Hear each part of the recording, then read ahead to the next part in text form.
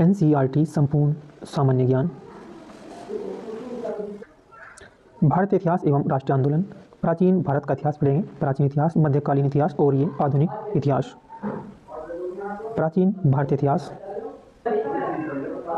प्राचीन भारतीय इतिहास के स्रोत हैं। भारतीय इतिहास के स्रोतों को 3 शीर्षकों में रखा गया है। पुरातात्विक और साहित्यिक और विदेशी यात्रियों का वितरण। पुरातत्व विज्ञान है जिसमें भौतिक अवशेषों के माध्यम से प्राचीन और हाल के मानव अतीत का अध्ययन किया जाता है, उसे कहते हैं पुरातत्व विज्ञान।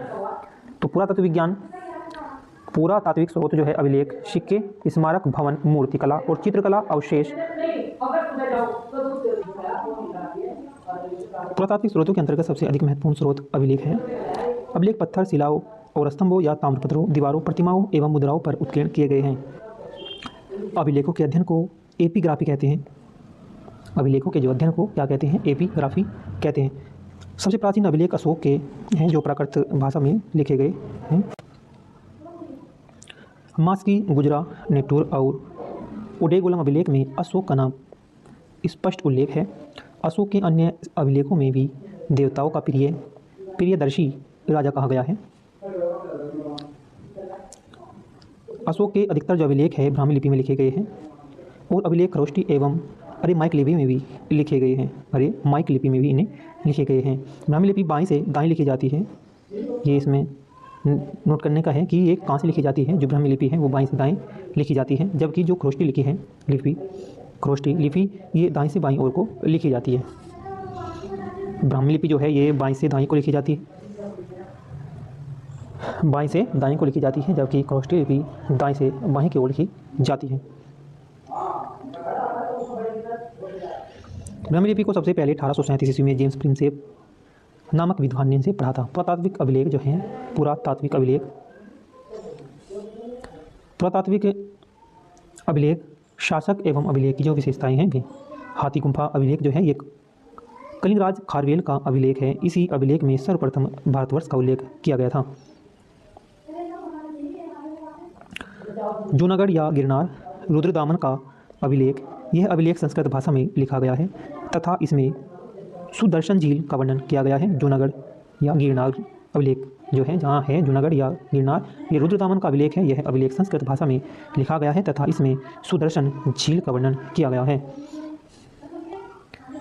प्रयाग प्रशस्ति, यह अभिलेख समुद्रगुप्त का है और जो अशोक स्तंभ पर उत्कीर्ण है।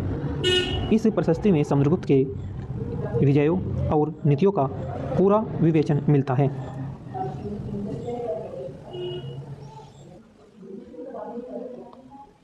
ग्वालियर प्रशस्ति, इस अभिलेख में गुज्जर प्रतिहार शासकों के विषय में विस्तृत सूचना प्राप्त होती है। ग्वालियर प्रशस्ति में एक नासिक अभिलेख है, नासिक अभिलेख गौतमी बलश्री, और देवपाड़ा अभिलेख है बंगाल शासक विजयसेन से संबंधित है, और एहोल अभिलेख पुलकेशन द्वितीय से। मंदसौर अभिलेख जो है कुमारगुप्त के मंदसौर अभिलेख से रेशम बुनकर की श्रेणियों की जानकारी प्राप्त होती है। भीतरी एवं जूनागढ़ अभिलेख,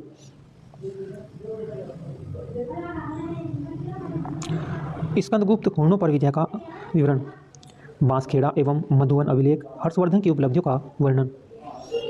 हर्षवर्धन की उपलब्धियों का जो वर्णन है बांसखेड़ा एवं मधुबन अभिलेख में है। बालघाट एवं कार्ले अभिलेख जो है सातवाहनों की उपलब्धियां हैं। भरहूत अभिलेख, शंगु शासकों की उपलब्धियां। एरन अभिलेख भानुगुप्त का है, इसमें सती प्रथा का पहला लिखित साक्ष्य मिलता है। अयोध्या अभिलेख, जो अयोध्या अभिलेख है इसमें शुंग शासक की उपलब्धियों का वर्णन मिलता है अयोध्या अभिलेख में। भूमि अनुदान पत्र अधिकतर तांबे की चादरों पर जो उत्कीर्ण है, और एशिया माइनर में बोगस को नामक स्थान पर लगभग ईसा पूर्व 1400 का संधि पत्र अभिलेख मिला है। इसमें इंद्र, मित्र, वरुण और नासत्य आदि वैदिक देवताओं के नाम भी उल्लेखित हैं। सिक्के, ये सिक्के हैं भारत में लगभग 6वीं शताब्दी ईसा पूर्व से पंचमार्ग या आहत सिक्के प्राप्त हुए थे। पंचमार्ग या आहत सिक्के प्राप्त हुए थे। आहत सिक्कों पर किसी प्रकार का लेख उत्कीर्ण नहीं है, इन पर केवल चिन्ह उत्कीर्ण हैं। सिक्कों को राजाओं के अतिरिक्त व्यापारियों और व्यापारी श्रेणियों और नगर निगमों ने चालू किया था। शक, पल्लव, कुषाण शासकों ने यूनानियों के अनुरूप सिक्के चलाए थे। भारत में स्वर्ण सिक्के सर्वप्रथम यवन शासकों ने चलाए थे। किसने?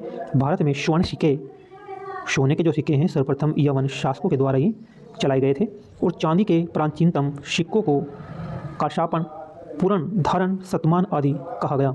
चांदी के सिक्के को प्राचीनतम सिक्कों को, चांदी के प्राचीनतम जो पहले सिक्के थे उन्हें पूरण भी कहते थे, धरण भी कहते थे और शतमान भी कहते थे और एक कहते थे काशापन।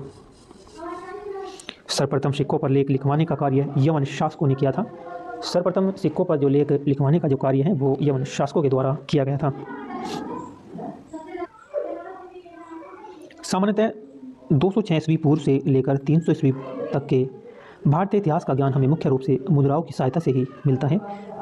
मालवा, योधेय आदि गणराज्यों तथा पांचाल के मित्रवंशी शासकों के विषय में हमें जो मुख्यतः जानकारी मिलती है वो सिक्कों से ही प्राप्त होती है।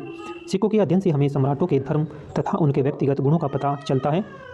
और कनिष्क के विषय में भी हमें सिक्कों से ही पता चलता है कि वह बौद्ध धर्म का अनुयायी था। समुद्रगुप्त की मुद्राओं से उनके संगीत प्रेमी होने का प्रमाण प्राप्त होता है, क्योंकि उनकी मुद्राओं पर उसे वीणा बजाते हुए दिखाया गया था। समुद्रगुप्त की मुद्राओं से समुद्रगुप्त से हमें कैसे पता चला कि वो संगीत प्रेमी है? क्योंकि उसकी मुद्राओं पर उसे वीणा बजाते हुए दिखाया गया। इंडो यूनानी और इंडो सीथियन शासकों के इतिहास के प्रमुख स्रोत जो सिक्के हैं, सातवां नरेश यज्ञश्री सातकर्णी की एक मुद्रा पर जलपोत का चित्र उत्कीर्ण मिलता है। जो सातवां नरेश थे यज्ञश्री सातकर्णी की एक मुद्रा पर जलपोत का चित्र मिलता है। चंद्रगुप्त द्वितीय विक्रमादित्य की व्याघ्र शैली की मुद्राओं से उसके शकों पर विजय की जानकारी मिलती है।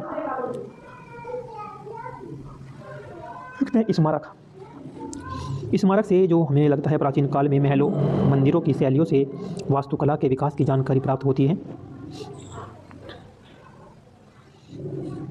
स्मारक के अंतर्गत प्राचीन इमारतें, मंदिर, मूर्तियाँ आती हैं। स्मारकों से विभिन्न युगों की सामाजिक, धार्मिक और आर्थिक परिस्थितियों का भी बोध कराया जाता है। स्मारकों और भवनों से वास्तुकला के विकास के अध्ययन में भी हमें सहायता मिलती है। वास्तुकला के विकास में भी मंदिर निर्माण की 3 प्रमुख शैलियाँ थी: नागर, द्रविड़ और वेसर। उत्तर भारतीय मंदिरों की शैली नगर है और दक्षिण भारतीय मंदिर की शैली द्रविड़ है। दक्षिणापथ के वे मंदिर जिनमें नागर एवं द्रविड़ दोनों शैलियों के प्रयोग हुआ उसे वेसर शैली कहते हैं। भारत से बाहर हिंदू संस्कृति से संबंधित स्मारक मिलते हैं। इनमें से मुख्य रूप से जावा का जो बोरोबुदुर स्तूप तथा कंबोडिया के अंकोर वाट मंदिर है। कुषाण, गुप्तोत्तर काल में निर्मित जो मूर्तियों से जन साधारण की धार्मिक, सामाजिक आस्थाओं की जानकारी प्राप्त होती है। कुषाणकालीन मूर्तिकला में यूनानी प्रभाव परिलक्षित होता है, जबकि गुप्तकालीन मूर्तिकला में स्वाभाविक परिलक्षित होती है। सांची, भरभूत, अमरावती की मूर्तियों की जनसामान्य के जीवन की यथार्थ झांकी मिलती है। अजंता के चित्रों में मनोभाव की सुंदर अभिव्यक्ति मिलती है। माता और शिशु का मनाशन, राजकुमारी जैसा चित्रों के मनोभाव का शाश्वत चित्रण किया गया है। अवशेष प्राचीन बस्तियों के उत्खनन से जो अवशेष मिलते हैं उन्हें प्रागैतिहासिक और आधैतिहासिक पर प्रकाश पड़ता है। पाकिस्तान में जो सोहन नदी की घाटी में पूरा पाषाण युग से मिले पत्थर के खुरदरी औजारों से अनुमान लगाया गया कि भारत में 4 लाख से 2 लाख ईसा पूर्व मानव रहता था। 4 लाख से 2 लाख ईसा पूर्व मानव रहता था। 10,000 से 6,000 ईसा पूर्व मानव कृषि कार्य, पशुपालन, कपड़ा बनना, मिट्टी के बर्तन बनना तथा पत्थर के चिकने औजार बनाना सीख गया था। 10,000 से 6,000 ईस्वी पूर्व यमुना गंगा के 2 आब से गिरवे, काले, लाल चित्रित मोहरें मर्तभांड प्राप्त हुए हैं। मोहनजोदड़ो में 500 से अधिक मोहरें मिली थी। उसी के आधार पर हड़प्पा संस्कृति के निवासियों के धार्मिक जीवन का अनुमान लगाया गया था कि वे वाकई धार्मिक थे, जब 500 से अधिक मोहरें मिली मोहनजोदड़ो में। बसाड़ प्राचीन वैशाली से 274 मिट्टी की मोहरें मिली थी। उनसे 34 शताब्दी ईस्वी में एक श्रेणी का पता चलता है। कौशाम्बी पुरास्थल की खुदाई से उद्यान का राजप्रसाद एवं घोषिताराम नामक विहार मिला है। अतिरंजी खेड़ा के उत्खनन से पता चलता है कि देश में लोहे का प्रयोग लगभग 1000 ईस्वी पूर्व में प्रारंभ हो गया था। दक्षिण भारत के अरिक्का मेड़ू नामक पुरास्थल की खुदाई से रोमन सिक्के मिले हमें, और द्वीप का टुकड़ा मिला और बर्तन इत्यादि मिले थे। और इन अवशेषों से विदित होते हैं कि ईसा की प्रारंभिक शताब्दी में रोम तथा दक्षिण भारत के मध्य घनिष्ठ संबंध था।